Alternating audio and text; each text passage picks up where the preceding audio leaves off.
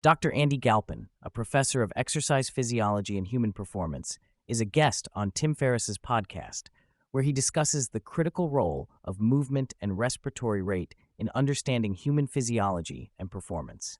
Dr. Galpin emphasizes the necessity of moving well, which includes having appropriate stability, awareness, balance, and a full range of motion to perform optimally. He also highlights the significance of respiratory rate as an indicator of stress and its impact on overall health and performance. Dr. Galpin explains that respiratory rate can serve as a valuable indicator of stress and allostatic load. An elevated respiratory rate can be a sign of acute or chronic stress, independent of the original stressor. He discusses the bidirectional relationship between respiratory rate and stress, noting that addressing respiratory rate directly through practices such as meditation and breathing exercises can help reduce overall allostatic load. Allostatic load refers to the cumulative physiological wear and tear on the body as a result of chronic stress. Dr. Galpin emphasizes the importance of understanding the patterns of stress and their impact on respiratory rate. Tracking respiratory rate over time can provide insights into the body's response to stress and help differentiate between acute and chronic stressors. Dr. Galpin discusses the relationship between respiratory rate and sleep quality, highlighting the role of respiratory rate in determining the body's state of arousal. An elevated respiratory rate, particularly during sleep, can indicate increased stress and impact sleep quality. Monitoring respiratory rate can provide insights into physiological responses to stress and its effects on sleep. In addition to respiratory rate, Dr. Galpin emphasizes the importance of measuring respiratory depth, which refers to the expansion of the chest during breathing. Respiratory depth can provide valuable information about the body's physiological state and its response to stress. Monitoring both respiratory rate and depth can offer a comprehensive understanding of respiratory patterns and their implications for health and performance.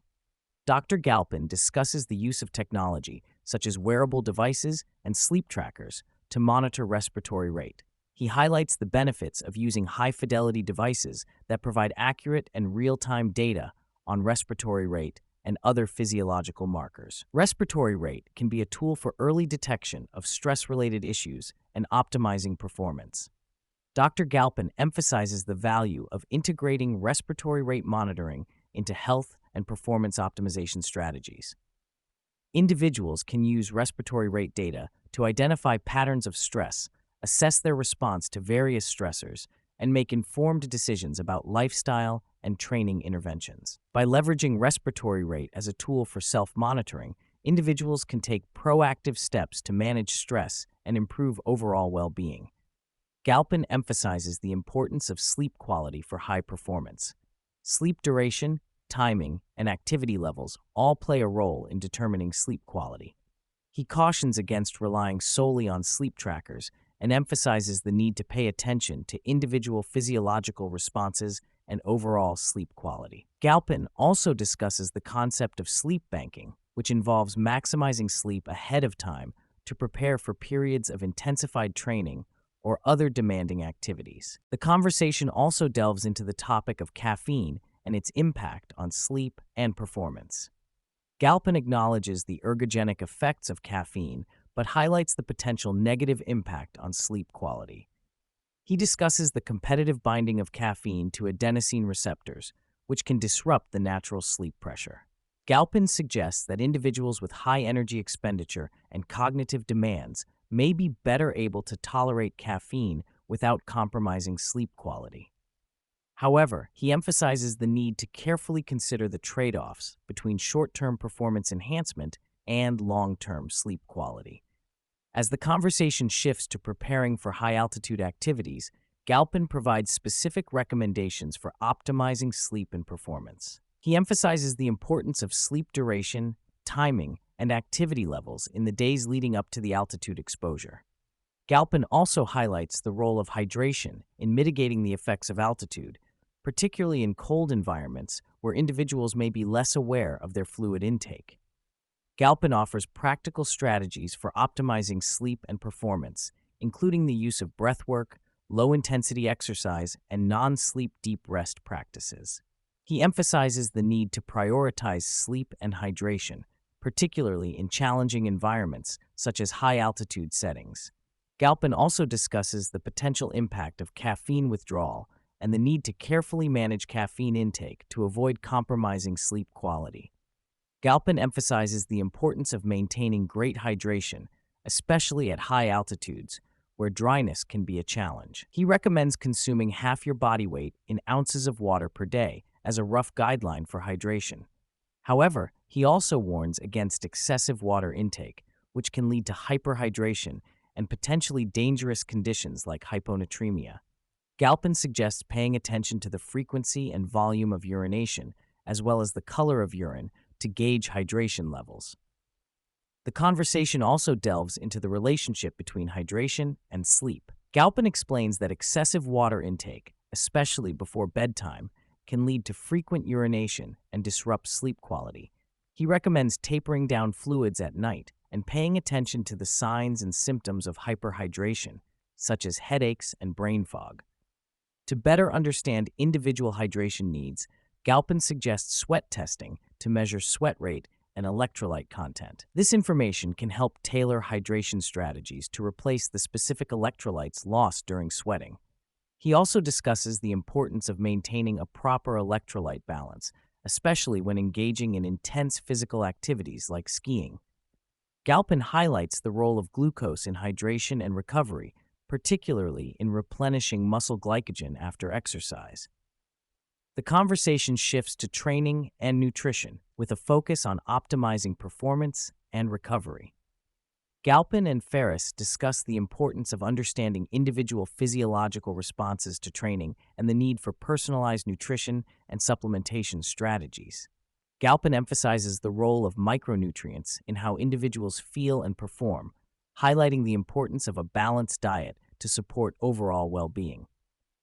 Galpin also shares his own experience with nutrition and supplementation, including the use of venison sticks for convenient nutrient-dense protein intake and the intermittent use of creatine for athletic performance.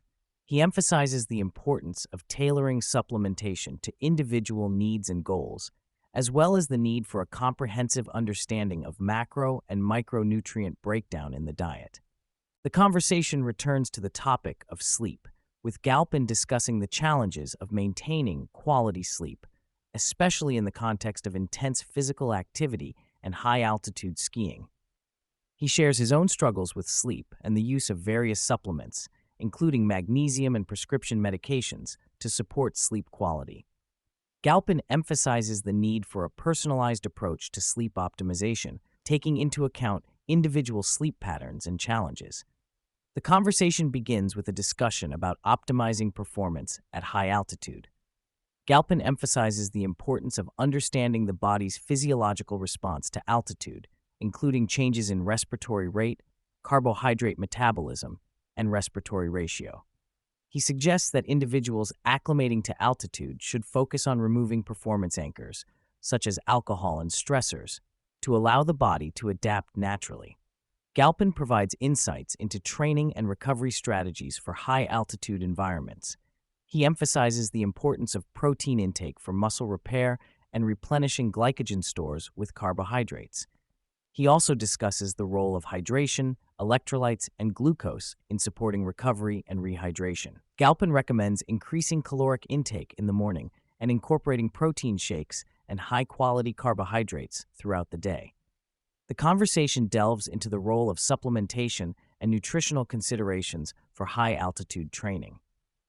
Galpin discusses the benefits of specific supplements such as magnesium, creatine, and fish oil in supporting recovery and performance. He also highlights the potential benefits of adaptogens like ashwagandha and rhodiola for cortisol modulation and testosterone support.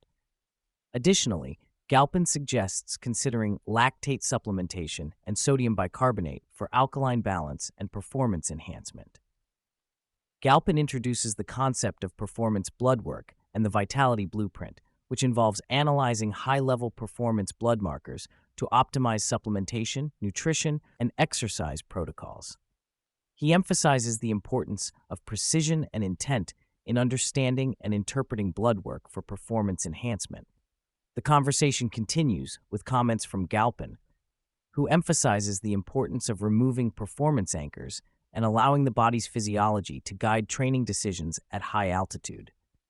He encourages a focus on avoiding injury and adapting training to the unique challenges of high-altitude environments, such as touring and potential avalanche risks. The host and guest discuss the importance of injury prevention and training for skiing. The guest shares his history of knee issues and other injuries from combat sports, as well as his back issues and the impact they have on his training. He outlines his plan for getting back into skiing responsibly and the type of training he plans to augment with his time on the slopes. The guest plans to spend the first week acclimating to altitude and getting back on the slopes to remember his technique from the previous season. In the second week, he intends to start training with a coach for a minimum of 3 days a week, with additional days of skiing. He also plans to incorporate ski touring and adult race training in the following weeks. The guest emphasizes the need for recovery and plans to have at least 1 full day of recovery each week. The host and guest discuss the importance of structuring the training plan around the skiing sessions. They emphasize the need to balance high-intensity skiing days with recovery and low-intensity training days.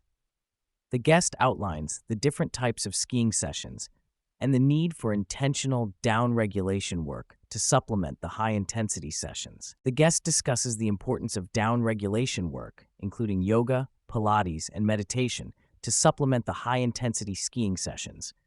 He also mentions using a respiratory trainer called the O2 trainer to improve CO2 tolerance and respiratory mechanics. The host and guest emphasize the need to pay attention to recovery capacity and avoid overtraining. The guest highlights the importance of strength training in strong positions to support the movements required for skiing. He discusses the need for low-volume, high-quality strength training to avoid escalating recovery in a negative fashion. The guest also emphasizes the importance of reestablishing proper movement patterns and connecting them to the skiing movements. The guest provides a sample training program suggesting a recovery day on Wednesday, which includes low-intensity movement, adjunct therapies, and self-care activities. He also discusses the need for low-intensity walking and using nature exposure as part of the recovery day.